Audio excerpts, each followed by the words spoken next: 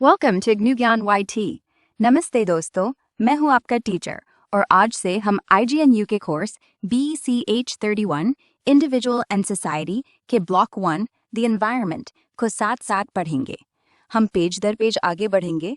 हर हिस्से को पहले पूरा अंग्रेजी में पढ़ेंगे, फिर नीचे बहुत आसान हिंदी में उसका मतलब बताएंगे, जैसे घर में बात करते हैं। चलिए शुरू करते हैं पेज 3 से। Page 3, course introduction. The course, Individual and Society, is assigned 6 credits and contains 4 blocks. Each block has 4 units. The focus of this course is the individual in his diverse aspects and how he impacts and learns from the environment, culture, and topography that he is part of from time to time. इसका मतलब ये course व्यक्ति और समाज नाम का है। ये 6 नंबर का है और इसमें कुल 4 ब्लॉक हैं। हर ब्लॉक में 4 यूनिट है। कोर्स का मुख्य ध्यान व्यक्ति पर है, उसके अलग अलग पहलुओं पर, और ये कि वो समय के साथ पर्यावरण, संस्कृति और जगह की बनावट से कैसे प्रभावित होता है और क्या सीखता है। Its objective is to improve the learner's proficiency in English by developing the skills in reading, writing, listening and speaking. इसका मतलब इस कोर्स का मकसद आपकी अंग्रेजी को बेहतर बनाना है, पढ़ना, लिखना, सुनना और बोलना सिखाकर। The course is divided into 4 blocks of 4 units each. The block titles are as follows. Block 1, The Environment. Block 2, Travel and Tourism. Block 3, Culture and Entertainment. Block 4, Health and Fitness.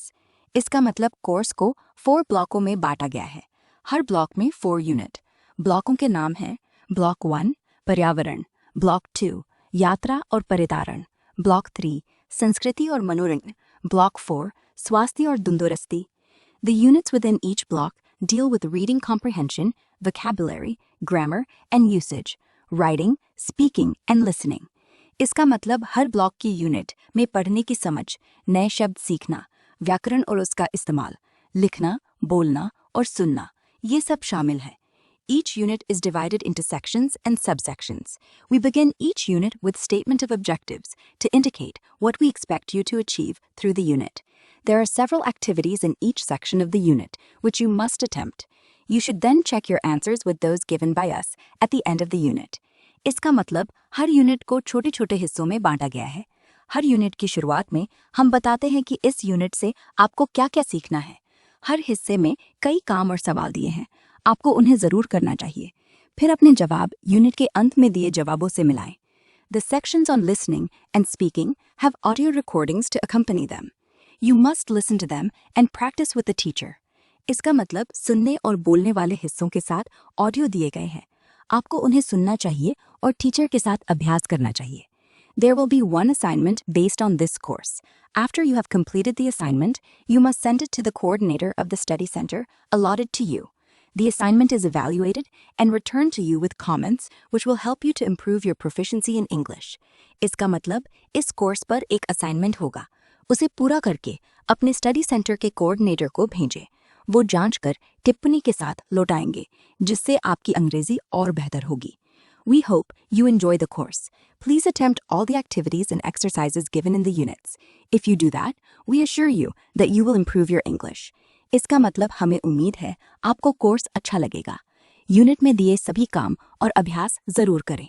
अगर आप ऐसा करेंगे तो हम पक्का कहते हैं कि आपकी अंग्रेजी में बहुत सुधार होगा। Actigma.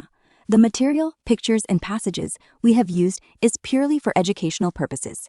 Every effort has been made to trace the copyright holders of material reproduced in this book. Should any infringement have occurred, the publishers and editors apologize and will be pleased to make the necessary corrections in future editions of this book. The units for this block have been taken from BECH 111, Block 1. इसका मतलब हमने जो तस्वीरें और लेख के हिस्से इस्तेमाल किए हैं वो सिर्फ पढ़ाई के लिए है।